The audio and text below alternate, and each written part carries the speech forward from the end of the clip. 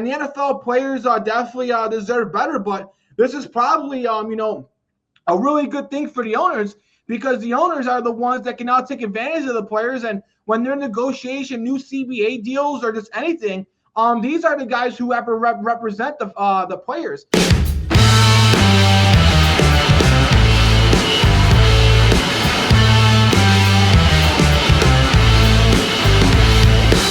We're back with the final episode of Football Forecast Offseason Edition. He's Grant. I'm Anthony Balester. We have a lot to bring to you guys today, and it is going to be the last episode. So definitely make sure to stay tuned. We got a lot to get into. Also, be making sure to follow us on all social medias at TFB Forecast ETB. Also, make sure to watch and subscribe to our YouTube channel, where this will be posted in other networks and other shows as well. That's going to be youtube.com/ETB network. We're very close to 1,000 subscribers. We're right around the 970 mark. So 20, 30 more subscribers will help us out a great deal. We will finally hit that 1,000 mark milestone. Also, make sure to check out our ETB Substack at etbnetwork.substack.com. Listen to us however you like to listen to your podcast, where you listen to on the go or you watch them on your television set. And also, the show is presented by Playback.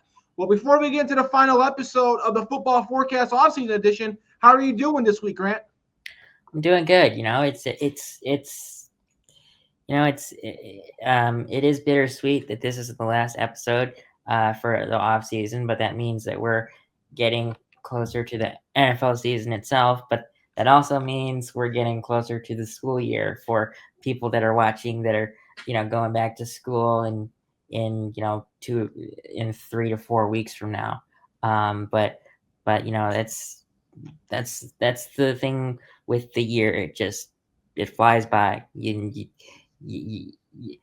One moment you're watching the countdown for the new year, and then it seems like the next moment it's the next year. So yeah, you put that perfectly, Grant. It's definitely bittersweet. Yeah, this show stops for a little bit, but now we're getting into the season, and that's what we all been looking for. And with all the news that we had throughout this entire offseason, it feels like when it comes to the NFL and football wise, we really didn't get an offseason. And I can relate to you. I mean, I'm not in school anymore, but when I was in college, this was definitely a stressful time. I did play Division II soccer, so we had to join the campus a couple weeks early. So usually the first week of August, it was real stressed out because it was usually fitness testing, lots of running, lots of exercising, and then having to stress out about school and homework and exams. So I know how stressful that could be. So, but hey, at least you got football to make it better, and we got some news to talk about. So let's get into it. Yeah, we had some breaking news this week for the NFL Players Association. So the ex-NFL Players Association boss, Lloyd Howell, did spend some of the players' union's money on strip club expenses. That's being sent now to an investigator. And then also the NFL Players Association chief official, former offensive lineman for the Browns, JC Tretter, has also resigned and pretty much has signaled a complete overhaul on them starting a new officials and pretty much cleaning house on there, which rightfully so. I mean, man, Grant, this guy was using the players' union money. A guy that the players' union elected and trusted to have their best interests. And this guy's out there paying for, rides from the airport to strip clubs. I mean, I did go to the biggest strip club in the world down in Miami, so I guess he was living it up. But this guy also had a history of doing stuff like this before. I don't know how he ever got into this position. And this is on top of the fact that when the players just found out that the NFL owners were colluding against them to try to limit their guaranteed money. So, man, this has been a really bad offseason for the NFL players, and frankly, they deserve better. What are your thoughts, Grant? Well, I mean, I'm very happy that this is getting sent to an investigator because, I mean, now I don't know much about this situation or this topic, but I mean, if you're an NFLPA boss or something, you should have plenty of money to burn on your own. So I don't necessarily think that he should have been spending the union players' money. But that's all I can say because I don't really know what this topic is about. I mean, it's not. I saw it and I was astounded by it, but I don't know what goes on behind the scenes for that. So.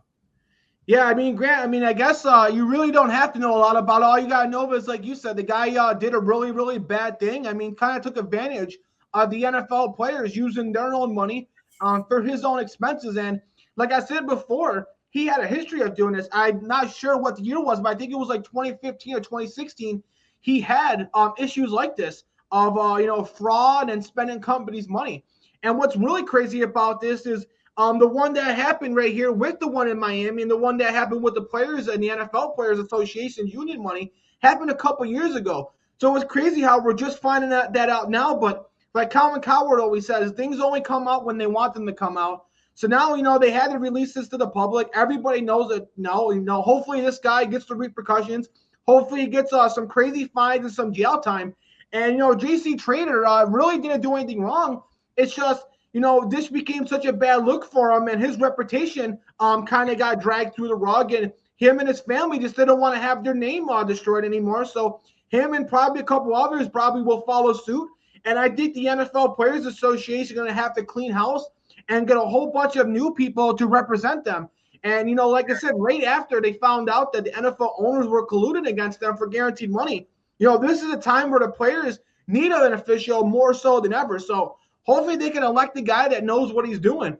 But, man, it just goes to show you that they didn't do their due diligence when they hired this guy, because if they would have looked deeper into this guy, he never would have been put in this position, to begin with.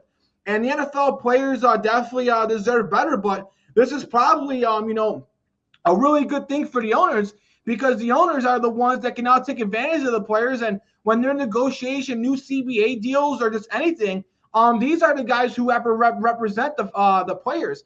So the owners are probably just happy saying, hey, we got a guy who was incompetent, in charge of the Players Association, a guy that we could probably take advantage of.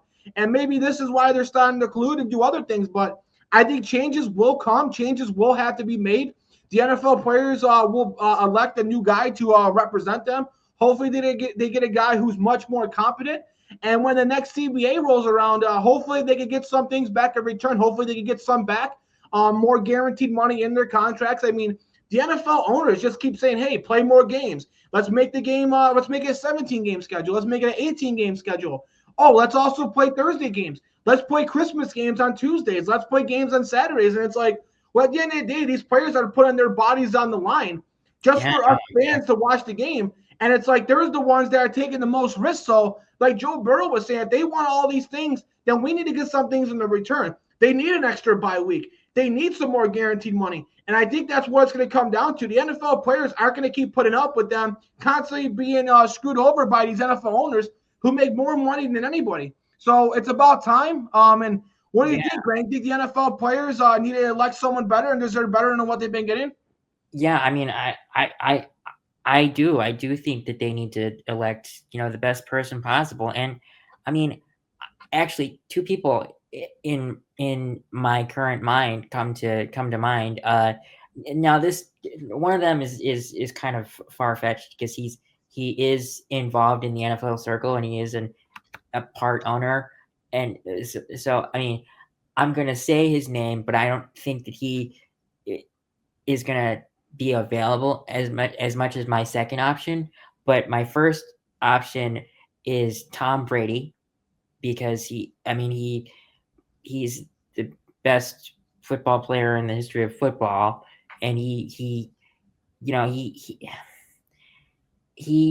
definitely cares about the players. And in my personal opinion, I think that he might do a better job as the chief officer instead of an announcer, because I don't necessarily think that he's the greatest announcer. I hope Tom Brady never watches this and decides to not sue me. But I think that he'd be a good option. And then my second option is another quarterback. But he's a family man, and he knows he knows football inside and out. And my second option would be Drew Brees. And I think that Drew Brees would be a good option, because he's not an announcer or anything, or a part owner or anything. I think that the if Tom Brady was to be the chief officer or anything like that, I think that all of his other hobbies would get in the way, and I don't think that. I think Drew Brees would have more time on his hands. So those would be my two options. Yeah, you took the words right out of my mouth, Grant. Drew Brees was the first person I thought about. I mean, a guy who has shown tremendous leadership. He's been a class act on the field and off the field. I know Tom Brady would be a little bit of conflict of interest with him being an announcer and him being a part owner of the Raiders. But man, Drew Brees, who isn't an owner, isn't announcing right now. Right now, he's just spending time with his family. Probably will get elected into the Hall of Fame next year or so. Yeah, one of the greatest players to ever play the game, a great leader. And I think him, or even possibly a guy like Joe Thomas, the former offensive tackle for the Browns. That's a good one. Two guys that just show tremendous leadership, guys that you know that are going to be trustworthy, and guys that you know are going to do the right thing and the benefit and look for the best interests of the players. So I think those two guys would be great options, and I'm right with you, Grant. Drew Brees would be my top option. But speaking of breaking news that we got right before the show started, Justin Fields, the projected starting quarterback for the New York Jets, getting his last chance to prove to be a starting quarterback. Maybe he could be the next Sam Darnold or Geno Smith, where he looked like a bust and then turned out to be a good quarterback. Was carted off the field today at training camp for the Jets. And I mean, it just goes to show you, Grant. I mean, the Jets just can't catch a break. This is 2 out of 3 years now where their quarterback has pretty much got hurt before even really playing it down. You had Aaron Rodgers get hurt 2 years ago after just 4 snaps, out for the season with a torn Achilles. And now before Justin Fields can even play in the preseason game, he gets hurt. Now, when you first read this report, you thought this was going to be a season injury. You hear lower leg injury, carted off. You're immediately thinking a torn ACL, torn Achilles. But I guess he got pretty lucky. I guess it's only a dislocated toe. He is going to be day-to-day. You probably won't see him much in preseason, but he should be ready for week 1 and that pivotal matchup against the Pittsburgh Steelers. Justin Fields going up against his former team and Aaron Rodgers going up against his former team. So thank God, because I want to see what Justin Fields could do with this team. They got a revamped, better offensive line. They got Breece Hall, who's proven to be a good running back when healthy, and Garrett Wilson's proven to be a good number 1 receiver who Justin Fields already has chemistry with, playing with them at Ohio State. So I'm real curious to see what Justin Fields could do with this New York Jets team. And who knows, man, this could be the year where Justin Fields proves to be a franchise quarterback. And I'm glad that we at least get to see whether if he could do it or not. And I'm glad that Justin Fields gets his final opportunity. And now I'm glad that he could be healthy to prove whether if he can make it or not. What are your thoughts, Grant, when you first heard the story? Yeah, when I first heard this story, my heart dropped because, I want Justin Fields to succeed, and all the situations that he's went to were never great. He came to Chicago, basically a head coach that was walking out the door. Didn't think that he was gonna try to save his job with picking Justin, and then has to learn a new system in year 2. But then he goes to Pittsburgh, and he had to battle with Russ, and for a time being, he actually I thought that he would have asserted himself as better as Russell Wilson, but Mike Tomlin wanted to go with the veteran guy, and they switched in midseason, and then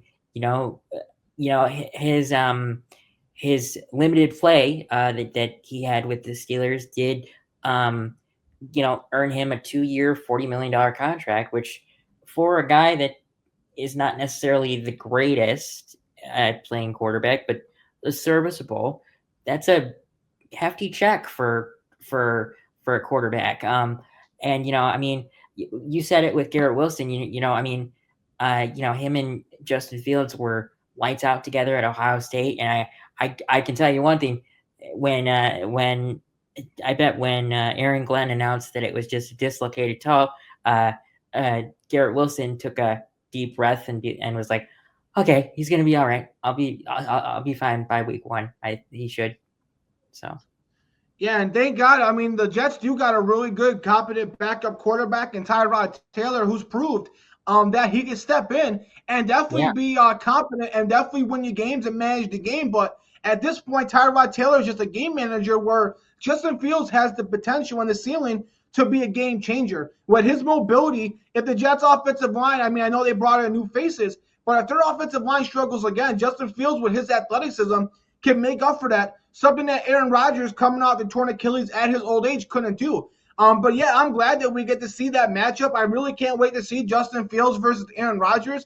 And like you said, Justin Fields has kind of just gotten, the shit end of the stick the last couple years of his career. I mean, he was in kind of a bad situation in the Chicago Bears where he didn't really have much help. Definitely not nearly the help that Caleb Williams is going to be getting. So he had kind of a bad organization with not much help, a bad offensive line. Then he goes to the Steelers, which is a decent organization, but then they really don't give him a chance. And when he's got a decent winning streak, winning games, they pull him for Russell Wilson. Now, obviously, Russell Wilson probably at this point was the better quarterback, but it seemed like he really didn't get a fair shot in Pittsburgh. And now with the New York Jets, it seems like he's finally got a home and a place where, they're going to give him some weapons, give him the players, try to do the best they can, give him a good defense, and let him just be the starter with him not having to worry about getting pulled or worrying about another quarterback over his shoulders playing. So I think this is the perfect situation for Justin Fields to flourish. And if he doesn't flourish, well, at the end of the day, he's just a backup quarterback in this league. But hey, if he does flourish, then the Jets finally got their franchise quarterback. And when you look at their defense and some of the players around them, if they get this franchise quarterback, they are a playoff caliber team that can either sneak in or at least compete to the very end. So I'm very, very excited. Jets fans should be excited for him. He's basically on a 1 year prove-it deal. I know it's a 2 year deal, but essentially after 1 year, if it doesn't work out, they could draft another quarterback and kind of get rid of Justin Fields or keep him on the team for one more season. So I think this is a perfect scenario, and thank God for him and Jets fans that he is healthy. The Football Forecast is presented by Playback. Watching sports is fun, but it's more fun with others. We spend way too much time watching it alone. Playback is a virtual space where communities can stream live sports together with everyone perfectly synced up. Creators can hop on stage, deliver their own play-by-play analysis and commentary, and invite viewers up for Q&A. Playback makes watching sports fully interactive and a social experience.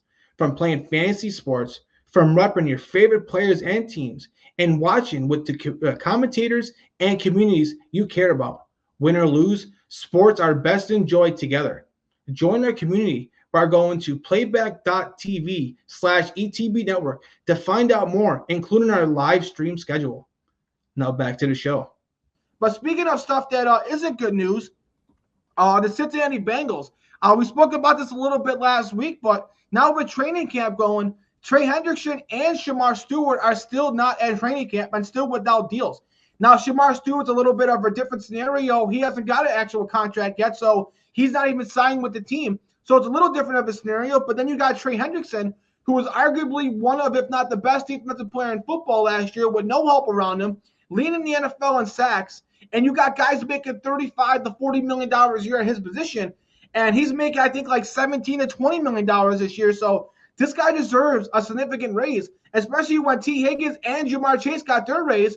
It's only fair that you give your only good defensive player a raise as well. And if this defense was, as bad as it was last year, I can't imagine how worse it could be. But if they don't have Trey Hendrickson, it will get worse. And we're probably looking at the worst defense in the league and maybe the worst defense we've seen in a long time in the NFL. And then the guy who's supposed to be his co-partner or potential replacement, Shemar Stewart, hasn't signed either. Now, his is because of the language of the deal. First-round picks are supposed to get fully guaranteed contracts, and they want him to have an out after 2 years to where if he's not playing up to par, they can get rid of him. But like I've been saying this whole time, if you're worried about him not working out for in the first couple of years, then why even draft him to begin with? If you had any sort of hesitation, then draft someone else so you're more confident. It makes no sense. So it just goes to show you, the Bengals, who got great players in Jamar Chase, the best receiver, Burrow, a top 4 quarterback. This organization is not a good organization. It doesn't have the ownership that's needed to probably compete. And it seems like the ownership is kind of holding these players and this team back. But, man, this circus just continues, and it seems like it has no end in sight, and it may end up carrying into the preseason and ultimately the regular season. What are your thoughts, Grant, on this? Well, Trey Hendrickson has a valid reason to want a raise, because we talked about last week TJ Watt getting his extension, and Trey Hendrickson was the guy that led the NFL in sacks last year, so maybe at the beginning of the offseason he was asking for 35 to 37, and then he sees TJ Watt get 41, so he probably wants like 42 to 43, just to be the highest paid defensive end in the NFL. And I mean, the thing is, can you justify paying that to how old is Hendrickson? 30. I think he's the same age as TJ Watt. They're both born in '94, so they're both going to be around 31 years old this season. Oh, really? Well, I guess TJ has the family name that kind of helps a little bit, but if you're the best player in the NFL in leading sacks, you have a right to want to be the highest paid player, but it doesn't mean that the team believes that you should be the highest player. And obviously that's what the Bengals are thinking. I mean, but if you're going to go, because I think he's supposed to make $17 million, and if you're offering him only like 25 or something like that, that is kind of insulting with the season that he had. And going into Shemar Stewart, he was one of the people that the Bears were looking at for their first round draft pick.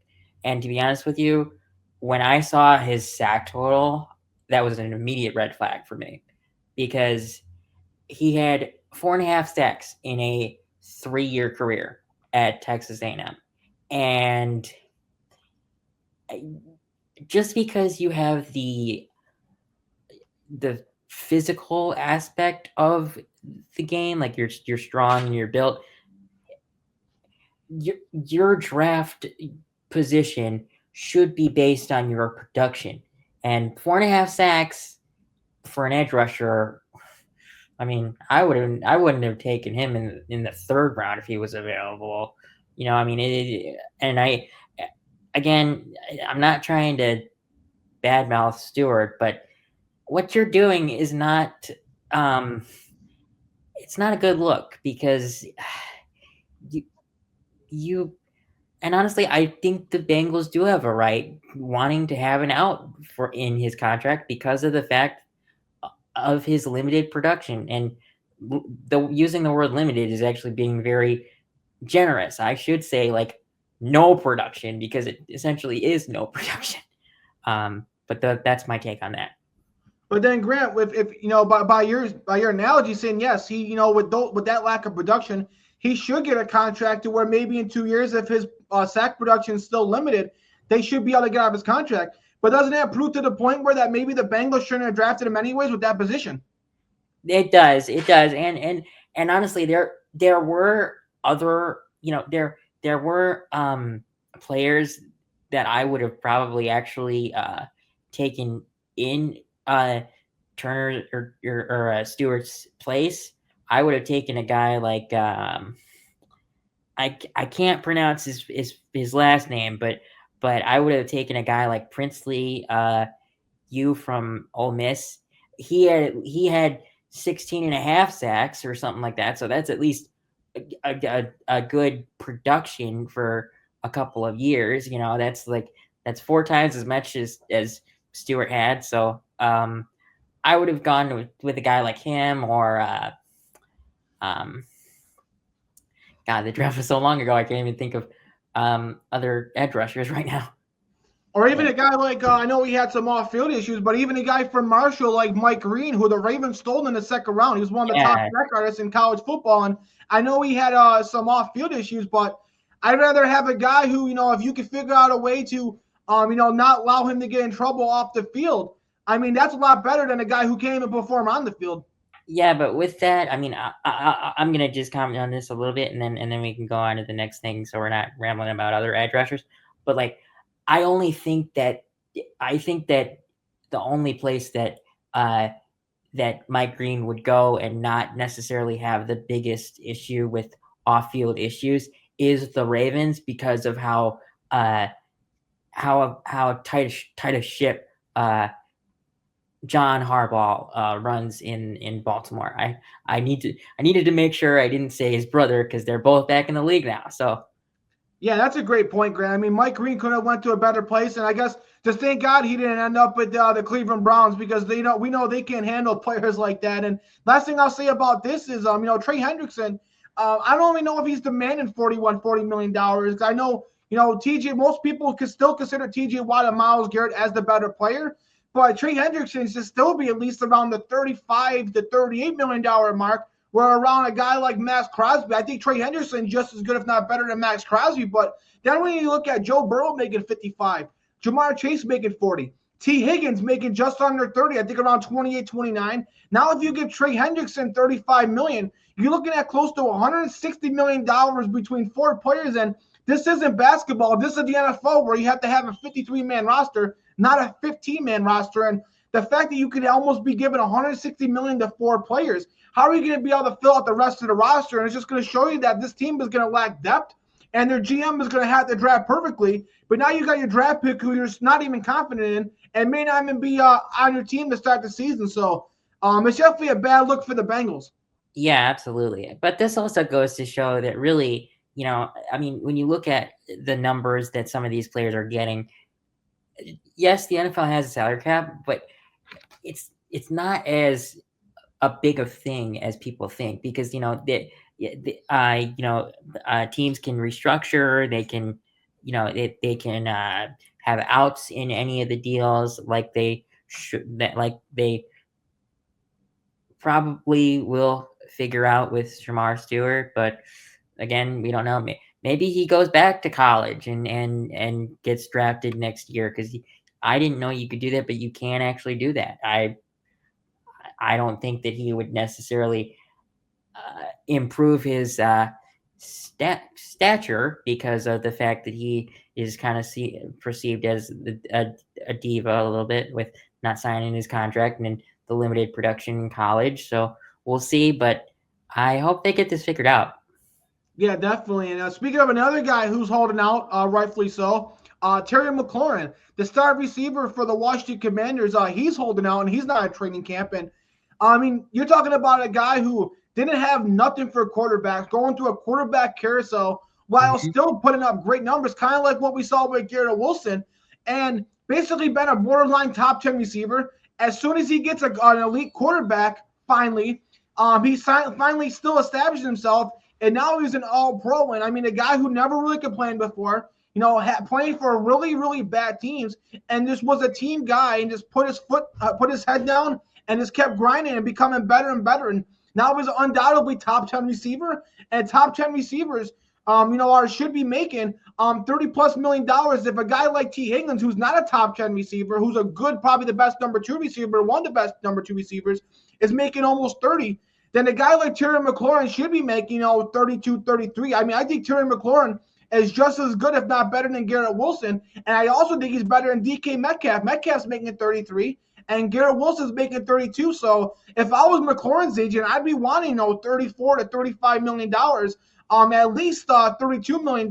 So he should be holding out. But now you got a team like the Commanders who, they just got Deebo Samuel. They're obviously going to be having to give Jaden Daniels a huge contract in about 2 years, and they're just trying to win now. They may be a little hesitant, but if they ultimately want to beat the Eagles and win the Super Bowl this year, they need Terry McLaurin because I think he's their number 1 receiver, as good as Deebo is. He's the clear-cut number 1, and having him and Deebo is what would make this offense very, very scary to go along with Jaden Daniels. So I think this is the deal that Terry McLaurin definitely deserves it. He deserves it just as much as Trey Hendrickson deserves it. And I think this is a deal that the Commanders have to make if they want to compete. There's no way that they compete. Yeah, they could be a playoff team without him and with Deebo, but they're not going to be able to beat the Eagles and win a Super Bowl without Terry McLaurin, who's a perennial top 10 receiver. So I think this is a no-brainer. They have to get this deal done hopefully sooner rather than later. What are your thoughts, Grant? Yes, they need to get it done. And I was going to say that it's not that big of a deal because now the Commanders do have Deebo, but I forgot that Deebo is up there in age. He's 29, something like that. He's near the decline of receiver age, I would say.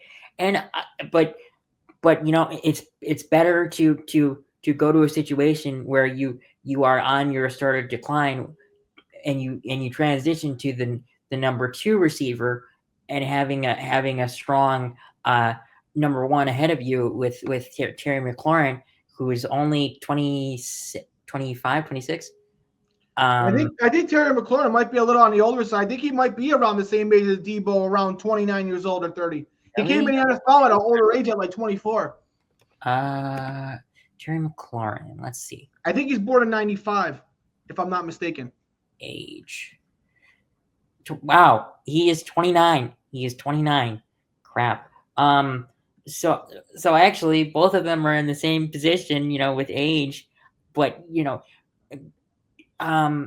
thing about Terry McLaurin and a lot of the other receivers that are in the league that are very good, I personally call Ohio State University wide receiver university, because it doesn't matter who your quarterback is at Ohio State, as long as you're a pass catcher. I mean, Ryan Day has like one of the best wide receiver coaches for college football. In fact, he actually, I think, did get interviews for the wide receiver coach position for NFL teams this past offseason, but he decided to return, which I don't blame him. But if you come from Ohio State and you're a receiver, you are going to be a threat in the league. I mean, you got Terry McLaurin, you got Chris Olave, you had Michael Thomas when he was the big man in the league. What are some other ones? Well, I just mentioned a lot of big names, so I can't think of any other ones right now. But those are some good examples, and they're huge in the league. So he definitely deserves, the contract that his agent is most likely asking for. Yeah, absolutely. And now to a story that will be really close to you, your favorite team, the Chicago Bears are in the headlines. I guess Ben Johnson was a little upset with Caleb Williams with his minor struggles in training camp. And ultimately, I'm not going to read too much into this. I mean, some quarterbacks struggle. I mean, he is trying to learn a new system. He is a young quarterback who is trying to build his confidence back up and trying to still succeed and find his way in the NFL. But I know Caleb Williams, coming out of college, was a very talented guy, but he was a guy who really didn't go based on how the play was ran. He kind of would like to ad-lib, and he would like to hold on to the ball a lot longer than, just getting up, doing the play and doing the play the right way. And I think, Ben Johnson, a guy who coached Jared Goff, who was just your typical pocket passer, get the ball out quick and get it to the receiver, run the play correctly. He's not a guy like Caleb Williams who kind of runs around in the pocket and makes something out of nothing. So I think Ben Johnson is trying to find some chemistry with Caleb Williams, get Caleb Williams in rhythm, but ultimately, I think these two guys are going to end up matching. I think we're going to see the best of Caleb Williams, and he's going to prove why he was the top pick, why he was one of the best quarterbacks to come out in a few years, and why he's probably going to end up being the best quarterback for the Chicago Bears in probably over a decade. So, but since this is your team, Grant, what were your thoughts on this? So I watched that press conference this morning where reporters asked Ben Johnson about this question. So he was upset with the whole team because they didn't line up correctly 2 plays in a row. So the whole first team got taken out of practice. But you have to take this into consideration.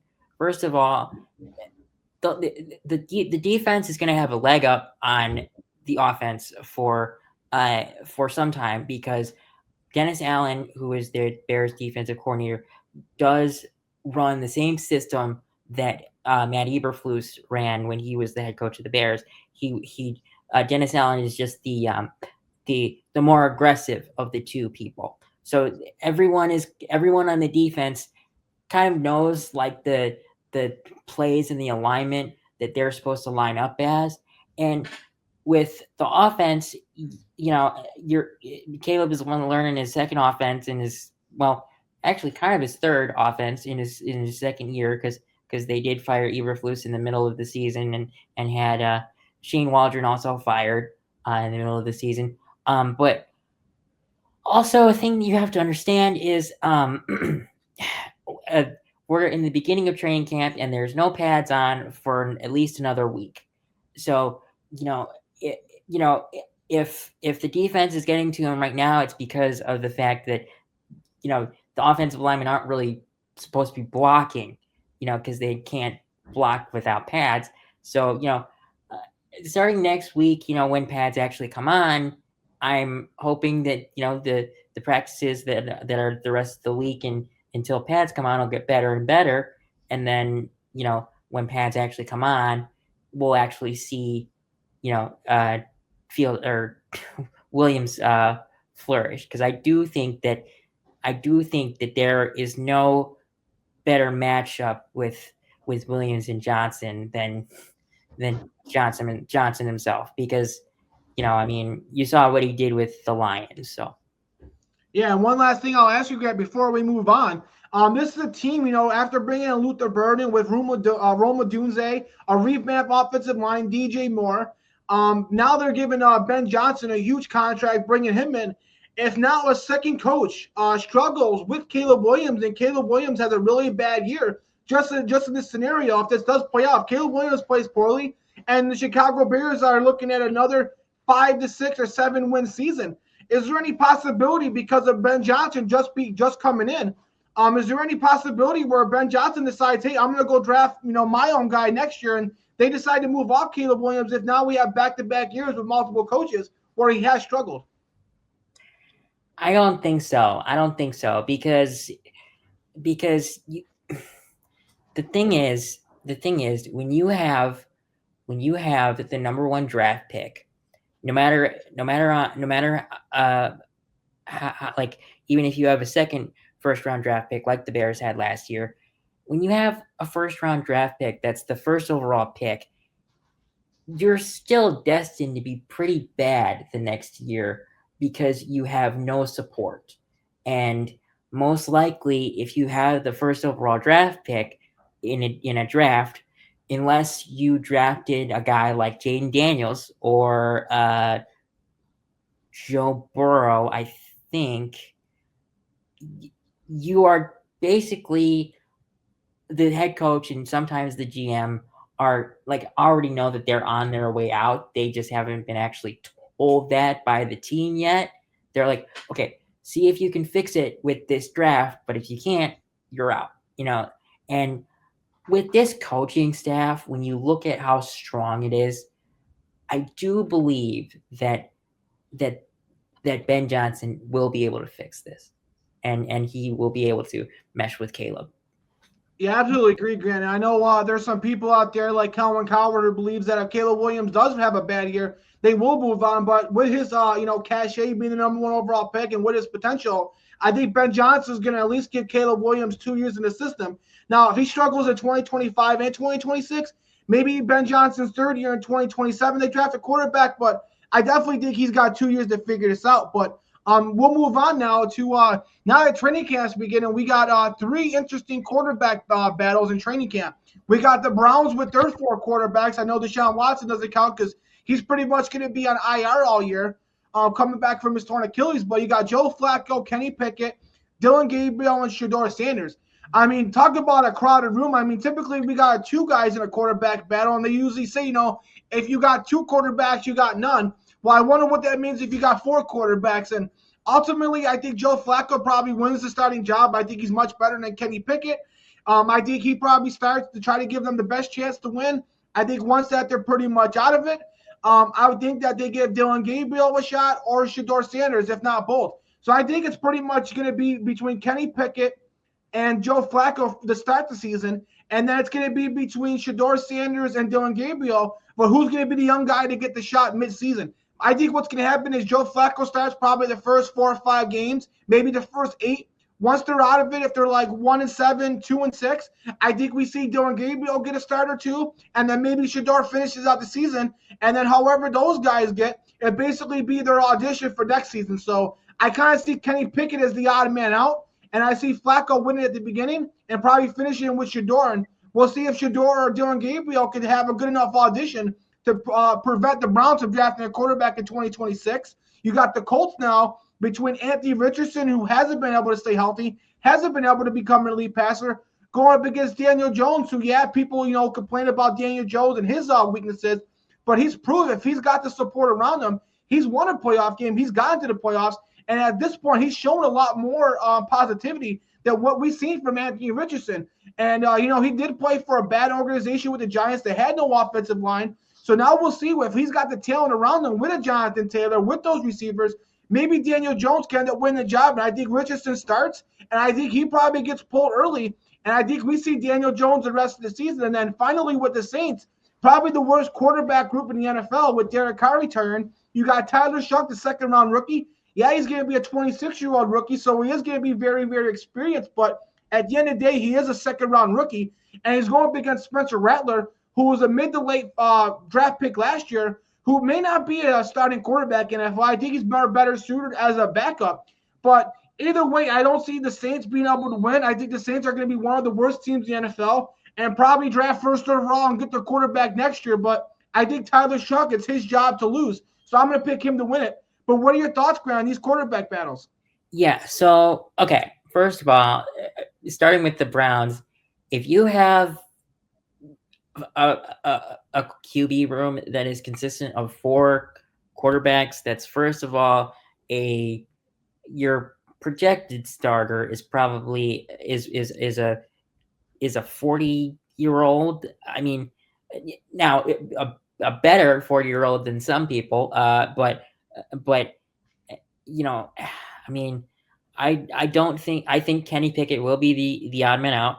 I mean, see, I didn't like what the Browns did with the 2 QB draft because first of all, you take a 25-year-old in Dylan Gabriel, right? He's 25. Yeah, I'm pretty sure. Yes. And I mean, you probably took him because he comes from a successful football program in Oregon first because of this successful program, but then you decide to turn around and take Shedeur Sanders. I mean, and that's probably just because of the fact that he's tied to Deion Sanders. I mean, and in my personal opinion, Deion Sanders or Shedeur Sanders was just a check down quarterback that lucked into a lot of run after catch ability with because of Travis Hunter and the receivers that came to Colorado because of Deion Sanders being the head guy in Colorado. And with the Colts, this is a hard one for me because first of all, Daniel Jones, left Minnesota because he wanted to go to a place where he had a chance to start, and the Colts are a good place for that because Anthony Richardson is a big question mark, but the problem is, see, Shane Steichen, their head coach, did draft Anthony Richardson, so maybe Shane Steichen will say, well, I want Richardson to start. He's my guy. He's my quarterback. I took him. But you never know. And then with the Saints, it's very I mean, the 2 quarterbacks there aren't great. Tyler Shough is 26. I don't know if I said his last name right, but it's a hard name to pronounce based on looking at it. And then your backup is Spencer Rattler, who, before Caleb Williams actually came to USC, he was or before Caleb Williams went to USC, he was at Oklahoma, which was where Rattler was playing. And until Caleb Williams took his job, he was projected to be the number 1 draft pick. But that changed when Caleb got there. And honestly, I think your take on the Saints, I wouldn't be surprised if 2 of these 3 teams are in the top.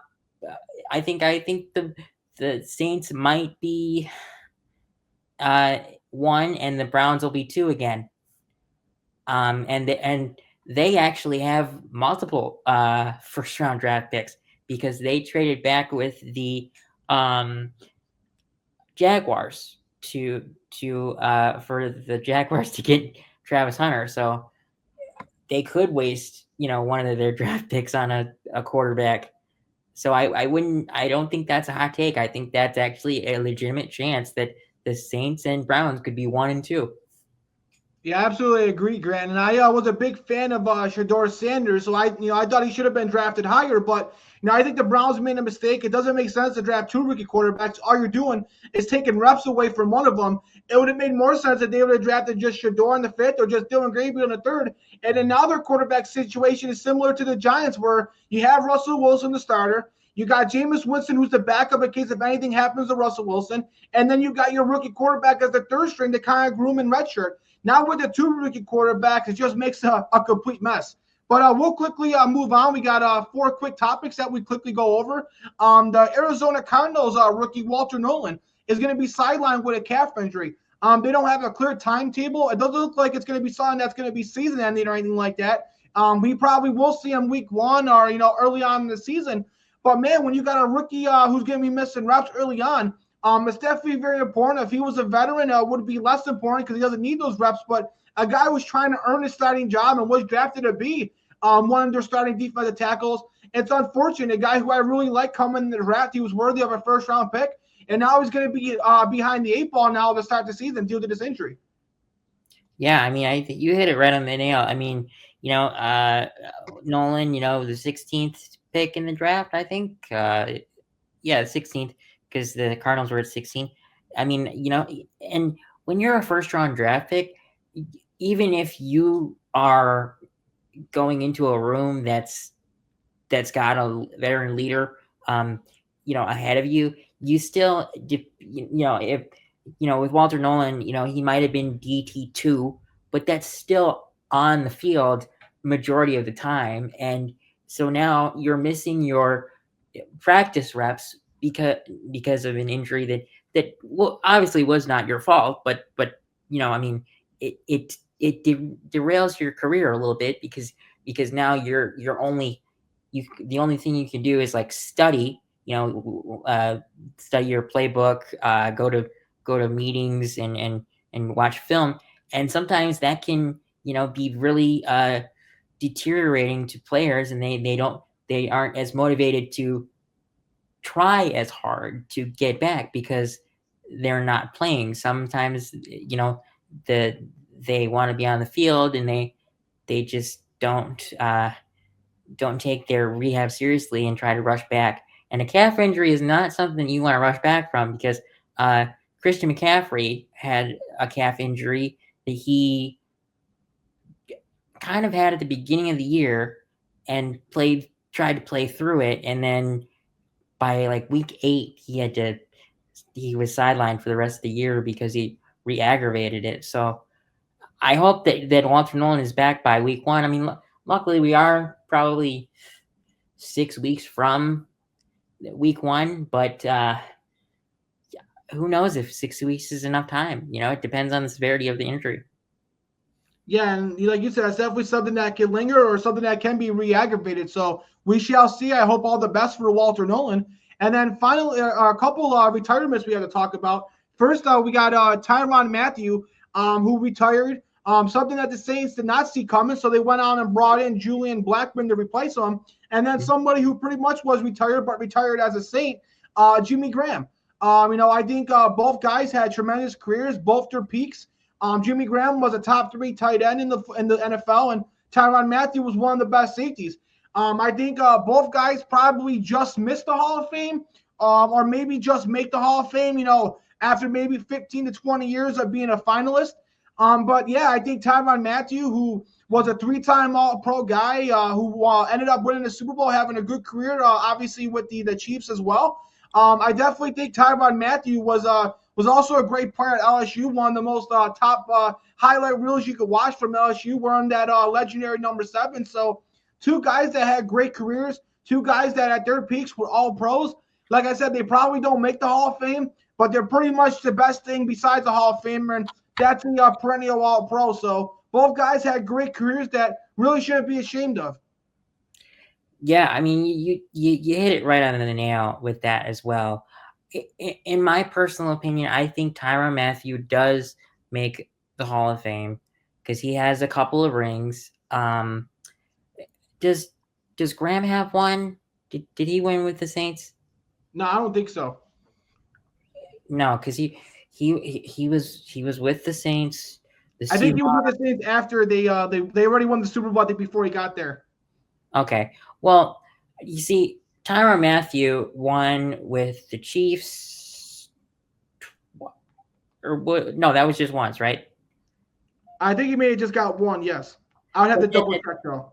That's still, and I mean, yeah, he just the one Super Bowl for Tyrann. Yeah, but that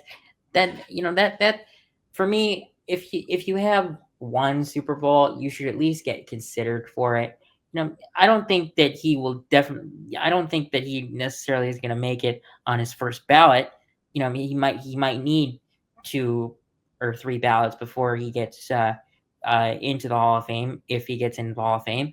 But I think he's deserving of the Hall of Fame, Tyrann Mathieu. And with Jimmy Graham, still, he might not have won a Super Bowl, but he was still a great tight end for all the teams that he played for. He played for the Saints, the Bears, a little bit with the Seahawks and Packers, and then back with the Saints. Yeah. So I mean, he flopped around teams a lot, and so did Tyrann Mathieu. But Mathieu stuck on teams longer than Jimmy Graham did. So I definitely think that'll help his chances. Yeah, Tyrann Mathieu, 3-time All-Pro guy, won a Super Bowl, was also a part of the All-Decade team. So that's a really big nod to get as well. Mm-hmm. And then you got Jimmy Graham, who was a 2-time All-Pro, 5-time Pro Bowler. Didn't make the All-Decade team and did get a ring. But yeah, if the two guys, I would say Tyrann Mathieu probably has the best case to make the Hall of Fame someday. Now, a player who did retire, was already retired, but retired with his former team. That's Philip Rivers. Now, I think Philip Rivers will definitely make the Hall of Fame. He does retire as a Charger.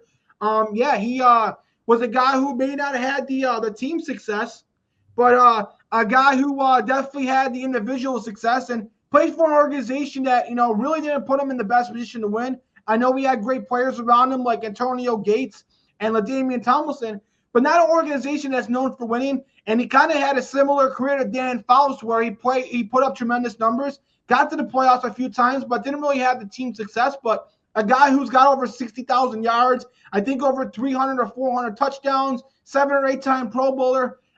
He won't be a first ballot. Eli Manning couldn't even make a first ballot, so it goes to show you how hard it is. But I think after, maybe 5 to 10 years of being a finalist, I think Philip Rivers will be in the Hall of Fame because there's a few quarterbacks in the Hall of Fame that I believe he's better. I think he is better than Dan Fouts, and I think he probably is better than a guy like Warren Moon. And those guys did make the Hall of Fame. So I think Philip Rivers is a Hall of Famer. He was a part of that great legendary quarterback class in 2004 with Roethlisberger and Eli Manning.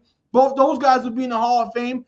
Both those guys are probably better careers, but Philip Rivers should still be in the Hall of Fame as well.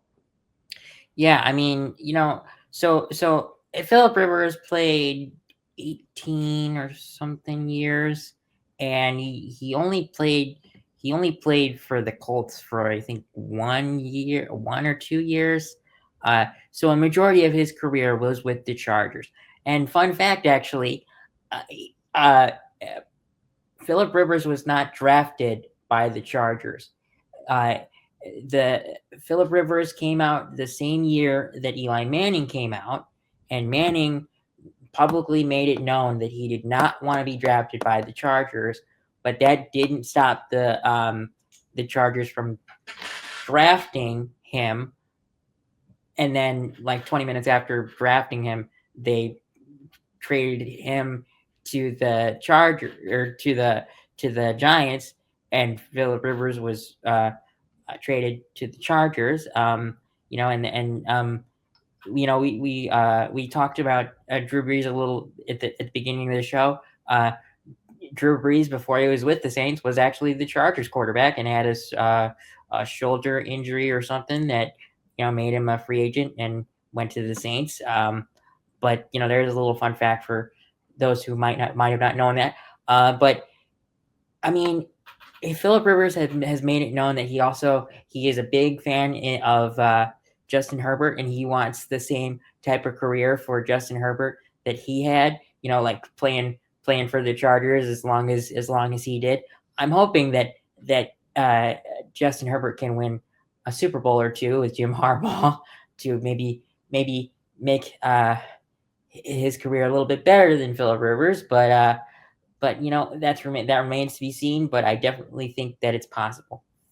Yeah, I know. With Jim Harbaugh, Herbert definitely has the best shot of doing it. And if anybody could get them a Super Bowl, it would be Jim Harbaugh. And we know Justin Herbert has the talent, but man, we at least got to see him win a playoff game first. And he's definitely got to play better in the playoff games. But that's a story for another day. But yeah, Philip Rivers definitely should make the Hall of Fame, and he definitely should be enshrined someday. Now, finally, we do got the Hall of Fame coming up, the Hall of Fame game. Obviously, this episode will premiere on Sunday, so pretty much that Thursday, July 31st, we're going to have the Hall of Fame game, obviously followed by that weekend of the Hall of Fame ceremony, and it's just great to have football back. Obviously, we'll get to see probably the backups. Usually the starters don't play in the Hall of Fame game. It's like an extra throwing game. So we'll get to see some of the young guys or some of the backups who are fighting for roster spots. So it's going to be great to see how this game plays out. And it's going to be great to have football again. And like we said before the show, this is our final episode. Now that we got NFL started, it's the best time of the year. So we won't be back next week. We'll be having a little break, but we will be back the last week of August, potentially, obviously, to do our AFC preview video, our NFC preview video, and then the week after that, the first week of September, we'll be back better than ever for our normal show with the NFL Pick'em Show, where we'll be breaking down each and every game every week throughout the NFL season. So, yeah, I'm sorry, football fans, that you won't see us for the next couple weeks, but when we come back, we'll be back for a long time doing what we love to do, and that's picking NFL games and breaking down each and every weekend. I'm very, very excited. As much as I love doing the offseason show with Kanan and Grant, it's even better to do the regular season show because we got actual football to watch and talk about. So before we end the show, Grant, what are your thoughts about the NFL season starting and the Hall of Fame game? So you said that most likely we won't see any starters for either team. And while I would usually agree with you, I actually do think that there is a possibility we see the starters for a little bit for the Lions, at least because of the fact that they are learning a new offense with John Morton and whoever their new defensive coordinator is. I can't think of his name. And I'm sorry if that guy ever watches this. But when you have a new system or a new play caller, you shouldn't go into the first preseason game with no after the Hall of Fame game. I'm not because technically this would be the Lions' first preseason game because it's an extra game. But I think it would be smart for Dan Campbell and the staff to throw out Jared Goff, Amon-Ra St. Brown, Gibbs, and Montgomery, and the starting offense for 10 plays. Give them 10 plays to try out some of their new offensive schemes. And they have said that their offense isn't going to look much different, but John Morton has never really called a successful offense, so I think you should get a little bit more practice with your players if you have an extra game. So I would hope that I get to see the starting offensive for the Lions for a little bit, but I mean, this is a great kickoff game, even if it is just backups, because both of the teams are great. But this is also going to be the year that we kind of determine, is Dan Campbell the speeches coach, or does he actually walk his talk in a way, and Jim Harbaugh and his staff, he just seems to be able to throw together a successful staff no matter what he does, no matter where he's been. So I think this is a very good game for the NFL kickoff game. Yeah, that was some great points, Grant. And I would love to see the starters. I mean, for the Chargers, I'd like to see their rookie receiver, Trey Harris. Because he's a rookie, he needs the reps as well. So you make the same argument for him. And Justin Herbert trying to build up that chemistry as well. So maybe we'll be in for a treat. But yeah, football fans, this will be the last episode. That was it. Make sure to follow us on all social media at TFB Forecast ETB. Make sure to watch and subscribe to our YouTube channel at youtube.com/ETB Network. Make sure to check out our ETB Substack at etbnetwork.substack.com. Listen to us however you listen to your podcast. And finally, the show was presented by Playback. It was a great offseason this year, Grant. Thank you so much for doing the show with me. And I can't wait to be back. Like I said, we'll be back to do previews towards the end of August. So definitely make sure and enjoy your football and make sure to stay tuned. We'll see you guys in a couple weeks.